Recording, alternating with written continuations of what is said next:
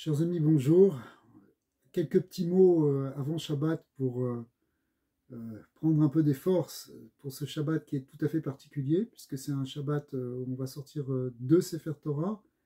On va lire un deuxième passage, qui est le passage de Parashat Para, le début de la Parashat Rukat, qui nous parle du secret de la vache rousse.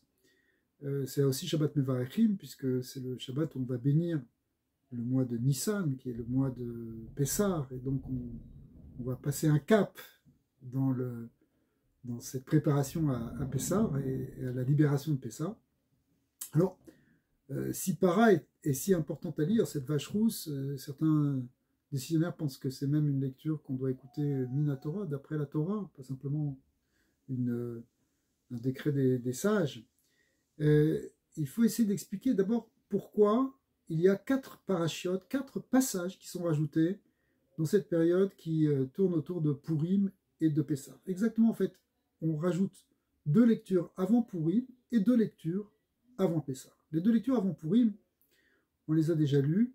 C'était d'abord Shkalim, qui nous parle de ce qu'on appelle la mitzvah de Machatzit HaShekel, ou de cette dîme qui était donnée pour la construction, la première fois pour la construction des socles du Mishkan, du tabernacle, et ensuite pour faire des sacrifices de la communauté. On a besoin d'argent pour cela. Et puis, après, on a lu la paracha de Zachor. Alors, c'est quoi Shkalim? Shkalim, la première paracha, et on va les expliquer les 4 peut-être rapidement. La première paracha de Shkalim, elle nous parle donc d'une mesure d'argent qu'on donne selon ce que dit la Torah, pour racheter en quelque sorte notre âme, pour lui donner, pour l'élever, pour la faire sortir du côté négatif ou trop matériel, pour s'élever vers quelque chose de spirituel. Mais ce qui est intéressant dans Shkalim, le mot shekel veut dire poids, veut dire donc mesure ou valeur. C'est-à-dire que la première chose, si on veut arriver à Purim et ensuite à Pessah, c'est-à-dire passer d'une Géoula à une autre, puisque le Talmud nous dit que pourquoi est-ce qu'on Pessah suit immédiatement Purim, pourquoi même lorsqu'il y a 2 mois de Hadar, on fait la fête de Purim le 2e mois, c'est pour que les 2 Géoulot, les 2 libérations, aussi bien celle de Purim que celle de Pessah, soient juxtaposées. Effectivement, on va le voir que Purim précède Pessah et est en quelque sorte une préparation à Pessah. Et donc, la première chose pour arriver à cette dimension de libération, de liberté, c'est d'abord de prendre la mesure des choses, savoir la valeur de notre être, savoir que chacun, on vaut quelque chose aux yeux d'Hachem. La pièce qu'on prend, c'est en fait une demi-pièce, un demi-cycle, Machatzit HaShekel. Pourquoi on prend un demi-cycle? Pour savoir que notre âme, il y a une partie de notre âme qui est incarnée ici, mais l'autre partie, elle est divine, elle est dans un plan supérieur, et ça nous rappelle notre vraie nature. C'est pas simplement qu'on est des êtres complets au niveau physique, mais en fait non, on a aussi une dimension spirituelle, on a aussi une dimension divine qui est l'autre partie de nous-mêmes, et c'est sur celle-là qu'on doit prendre, c'est celle-là dont on doit prendre conscience, parce que lorsqu'on sait qu'on a une dimension divine, en fin de compte, on est moins, où on arrive finalement à s'asservir de la dimension du Yetzara, parce que le Yetzara, comment il nous attaque? Yetzara, il vient nous dire, écoute, tu peux pas t'en sortir, c'est comme ça, c'est dans tes gènes, c'est ton déterminisme, c'est parce que tu es né comme ça, tu es né dans telle famille, tu as eu telle culture, donc tu es limité et tu pourras pas sortir de ton déterminisme. Mais on sait très bien que la notion de déterminisme, elle a été remise en question par Avraham Avinu, qui a commencé l'histoire d'Israël et qui a dit non, on ne dépend pas des astres, on ne dépend pas de ce qui est écrit, on a une liberté, et cette liberté, c'est d'être avec Hachem. Et comment on est avec Hachem, c'est quand on prend conscience que l'autre partie de nous-mêmes, c'est pas celle qui est visible, c'est celle qui est intérieure, c'est celle qui est profonde, qui est en fait divine. Si elle est divine, elle est aussi infinie. Et si elle est infinie, elle n'est pas limitée justement par quoi que ce soit, c'est-à-dire qu'elle est complètement libre. Donc le fait qu'on prenne conscience qu'on a une moitié de nous-mêmes qui est infinie, eh bien, ça va être la première étape pour arriver à la Géoula, pour arriver à notre libération. Donc c'est la première paracha qu'on lit quelques semaines avant avant Purim, en fait, juste avant ce moment de Rosh Chodesh Adar, on commence à lire cette paracha. La deuxième, qu'on va lire aussi avant Purim, juste avant, c'est paracha Zachor, qui veut dire souviens-toi de ce qu'a fait Amalek. Et Amalek, c'est notre ennemi juré, c'est aussi l'ennemi qui est à l'extérieur de nous, bien sûr, mais qui est aussi en nous. Et lorsqu'il est en nous, ce Amalek, c'est celui qui veut nous amener au désespoir, à la négativité, voir les choses de manière ténébreuse, sombre, sans tout ce qui est pessimisme, tout ce qui est dépression, tout ça, c'est cette force-là dont il faut se souvenir, dont il faut prendre conscience. C'est-à-dire que si on veut arriver à Purim et qu'on se rentrer dans la simra de Purim, dans la joie de Purim, il faut qu'on soit averti, qu'on soit conscient des dangers, de savoir repérer en nous tout ce qui est, tout ce qui pourrait nous amener finalement à tout lâcher, à tout laisser tomber. Ça, cette force d'Amalek, il faut en avoir conscience, il faut lutter contre elle. On est dans une guerre permanente. Dans Zachor, c'est l'idée en même temps de guerre contre Amalek, qui est une guerre de génération en génération, qui est une guerre qu'on n'a jamais terminée réellement parce que le Yetzara peut toujours ressortir et peut toujours ressortir aussi fortement. De même que d'ailleurs extérieurement, il peut prendre telle ou telle forme dans l'histoire. Amalek, c'était à l'époque des enfants d'Israël lorsqu'ils sont sortis dans le désert, c'était à l'époque du roi Shaol, mais plus récemment, c'était à l'époque des nazis, c'était à l'époque des staliniens, c'était à l'époque des ayatollahs, c'est à l'époque du Hamas, à l'époque jusqu'à aujourd'hui, ce qui se passe en Russie, etc. Tout ça, on peut voir la force d'Amalek qui ressort sous telle ou telle forme. Mais en fait, en nous, c'est la même chose. Elle peut sortir aussi avec tel ou tel aspect, tel ou tel en fait idée qui va nous porter vers une certaine négativité. Ça, il faut le faire disparaître. Il faut en permanence le lutter contre. Et quand on fait ça, on peut arriver dans Purim, rentrer dans la Simcha de Purim qui est évidemment une des clés, puisque c'est marqué aussi dans le prophète Isaïe qui besimcha tetzeu, c'est par la joie que vous allez sortir, comme on explique dans la Chassidut, c'est pas simplement qu'on va être joyeux de sortir de l'exil, mais c'est par la joie qu'on sort de cet exil. Et ça, c'est la simcha qu'on développe à Purim, cette élévation extraordinaire qu'on a. C'est pas simplement on fait les fous à Purim, c'est pas du tout ça. C'est quelque chose qui est une grande simcha très profonde, avec un haut niveau de conscience. Et ça, évidemment, cette simcha-là, elle est une forme de la Géoula. Mais après Purim, on doit commencer à préparer Pessah. D'ailleurs, il y a une idée de 30 jours avant Pessah, on commence à préparer les lois de Pessah et les explications de Pessah. Alors, 30 jours, ça correspond au jour de Purim. Donc déjà, le jour de Purim, on est déjà tourné aussi, une partie de nous est tournée vers Pessah. Et quand on va vers Pessah, on va lire, et c'est ce qu'on va lire ce Shabbat, la paracha de Para. Alors Para, hein, c'est quoi en fait? Ça touche le mystère de ce qu'on appelle la vie et la mort, et de la purification de la mort, c'est-à-dire quelqu'un, à un sens très simple, c'est quelqu'un qui a été en contact avec un mort ou quelque chose qui était dans un lieu où il y avait un mort, eh bien, il reçoit une impureté. Et le fait qu'il reçoit cette impureté, qui est considérée comme la plus grande impureté dans la Torah, la source première de l'impureté, eh bien, il doit se purifier. Et là-dessus, la Torah nous présente un chok, une loi spéciale qui va permettre, c'est un rituel qui va permettre cette purification.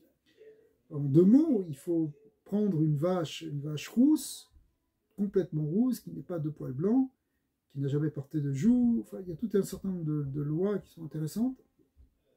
Elle doit être sacrifiée et brûlée en dehors du temple. Et après, à partir de ces cendres vont être diluées dans une eau de source. Et ces eaux contenant donc ces cendres vont être aspergées sur celui qui a besoin d'être purifié le 3e jour, le 7e jour. C'est un processus qui prend 7 jours. Le 8e jour, après, la personne va migrer. Elle est purifiée. Mais tout ce processus-là, on l'appelle le chok, zot chukat haTorah. Un chok, ça veut dire quelque chose qui est un décret, qui est a priori quelque chose qu'on ne comprend pas très bien parce que ça dépasse l'intellect. C'est quelque chose qui a été gravé dans la volonté divine, qui fait partie de la loi la plus fondamentale, au sens où ça dépasse complètement l'idée que les hommes auraient pu construire, c'est pas quelque chose, une idée qu'on aurait pu construire par nous-mêmes, on n'aurait pas pu imaginer que ça puisse, que ce rituel-là puisse nous purifier de la mort, mais il y a ici quelque chose de très profond que nous dit l'Admour Hazaken. Le Baal HaTanya, le premier grand rabbi de Chabad, nous explique que la vache rousse, qui est appelée la Chouka, la loi, par excellence, elle est appelée Choukat Torah, la loi de la Torah, comme si c'était le prototype de toute la Torah. Et pourquoi ce serait le prototype de toute la Torah? A priori, la Torah, c'est d'autres choses. En fait, il rentre un peu, il décortique la symbolique, et il nous explique qu'il y a deux grandes étapes dans ce processus. Le premier processus, c'est celui de faire des cendres de la vache rousse. Pour faire les cendres, en fait, il faut brûler cette vache. Et on brûle avec le feu. Or, le feu représente à un niveau spirituel la flamme qui brûle dans notre cœur et qui veut, qui nous pousse à s'élever, qui nous pousse à chercher la dvékout. C'est la flamme de la vie qui veut s'élever vers le haut, comme une flamme qui veut s'élever vers le haut. Alors que l'eau, puisque dans un second temps, il va falloir diluer cette cendre et la mettre dans de l'eau qui va être aspergée, l'eau, au contraire, représente ce qui redescend. L'eau coule, elle coule vers le bas. Les deux sont deux forces antagonistes. La Gevura, c'est le feu, le Chesed, c'est l'eau. Et en fait, ces deux mouvements, qui sont d'ailleurs décrits dans le prophète sous forme de ce qu'on appelle Ratso Veshov, c'est-à-dire il y a là-bas ça décrit des anges qui courent ils s'élèvent vers le trône de gloire et puis qui redescendent, qui retournent à leur place. Et c'est ce mouvement de montée et de descente, en fait, c'est un mouvement qui est permanent, c'est-à-dire qu'on est tout le temps en train de monter ou de descendre. Il n'y a pas une dimension stagnante ou complètement linéaire dans notre existence et dans notre existence spirituelle. On est tout le temps fait de monter et de descendre. D'ailleurs, tous les rythmes sont basés là-dessus, même le rythme du cœur, le rythme de la journée. Le soleil monte, il se couche, ou la terre tourne, etc. Donc on voit qu'il y a des cycles, il y a des montées et des descentes, ce qu'on appelle donc, dans le langage de la Bible le ratso et le shov, c'est-à-dire le fait de courir vers le haut et de revenir. Et ces deux mouvements-là, ils sont la base de tout avodat Hashem, de tout service divin, et finalement ils sont la base de toute la Torah. C'est-à-dire que si on arrive à bien intégrer ces deux dimensions, Rabbi Nachman de Breslev explique qu'il faut être Baki Beratso et Baki Beshov, c'est-à-dire qu'il faut être capable de savoir gérer la montée, on est en train de s'élever, et gérer la descente quand il faut redescendre dans la matière. Des fois, on a l'impression qu'on va c'est compliqué, il faut revenir dans des choses concrètes alors qu'on avait vécu un très bon moment d'élévation spirituelle. Alors qu'en réalité, la redescente, c'est pas quelque chose de négatif, c'est quelque chose pour intégrer dans la vie quotidienne, pour intégrer dans le matériel. Alors, si on veut être avancé en quelque sorte et progresser et donc être vivant, si on veut être dans la vie, il faut savoir monter, il faut savoir descendre, il faut finalement être capable de... Si quelqu'un il bouge plus, c'est que c'est une forme de mort spirituelle. Donc la vache rousse, elle nous purifie de la mort parce qu'elle nous remet en mouvement, même si on a été en contact avec la mort, donc on risquerait d'être complètement déprimé. On a vécu quelque chose de traumatisant, on a vécu quelque chose d'inquiétant, de déstabilisant, on pourrait être bloqué, ne plus avancer, ou avoir une réaction négative. La vache rousse, c'est quelque chose qui vient nous dire, non, retrouve tes sentiments de désir vers Hachem, retrouve cette capacité d'intégrer les choses dans ta vie quotidienne, repars dans ta tfila, repars dans ta Torah. La choukat Torah, elle représente aussi ce qu'on fait dans le limud Torah, ce qu'on fait dans la tefila, dans la prière.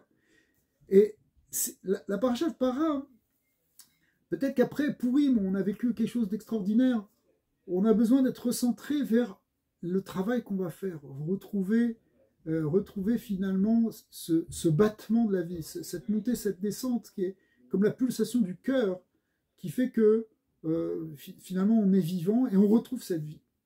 Et donc la parashat Para, elle est fondamentale parce que c'est la clé en fait de la vie après la mort, c'est-à-dire même si on a vécu quelque chose qui nous casse, mais quelque chose qui nous déprime, et d'ailleurs d'après la Chassidoute, l'équivalent, si vous voulez, de cette impureté de la mort, au-delà de la halakha, qui est du fait qu'on soit en contact, mais de toute manière, aujourd'hui, on ne peut pas encore utiliser ces cendres de la vache rouge, ça viendra avec Mashiach. Le fait que ceci, au niveau spirituel, ça se comprend comme étant le problème de la dépression, le problème de la tristesse. Lorsque on est déprimé, lorsqu'on on bouge plus, c'est une forme de mort spirituelle.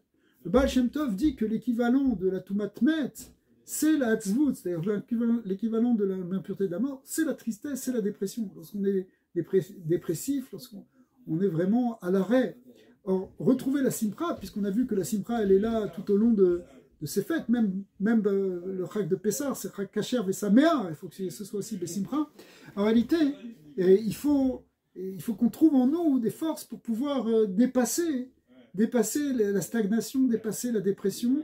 Et la vache rousse, elle nous rappelle ça. Elle nous rappelle que par l'étude de la Torah, par l'investissement dans l'étude de la Torah, par le fait qu'on se donne complètement dans l'étude, qu'on se donne dans la tefila, et des fois on n'a pas envie de prier, mais si on se force et puis après ça se débloque, finalement le courant spirituel et la vitalité revient. Et on ressort donc de l'impureté de la mort. Après ça, on va pouvoir lire la 4e paracha. Donc on a lu déjà Shekalim, on a lu Zachor, et maintenant Para. Après ça, on pourra lire Chodesh, qui nous parle des lois de Pessah, mais qui nous parle d'abord de la loi de Rosh Chodesh, qui fait référence à Rosh Chodesh, qui est l'idée de Itratchut, de renouveau, d'être capable de se renouveler, de se renouveler, de ne pas rester sur l'ancien, comme dit Rabbi Nachman. Il est interdit d'être vieux, c'est-à-dire de se dire, ça y est, j'ai tout fait, je peux plus rien faire, Non, l'idée de Itratchut, c'est être capable de se renouveler, de savoir qu'on peut renaître. Et ça, d'ailleurs, c'est toute la symbolique de Pessah. La symbolique de Pessah, c'est une naissance ou une renaissance.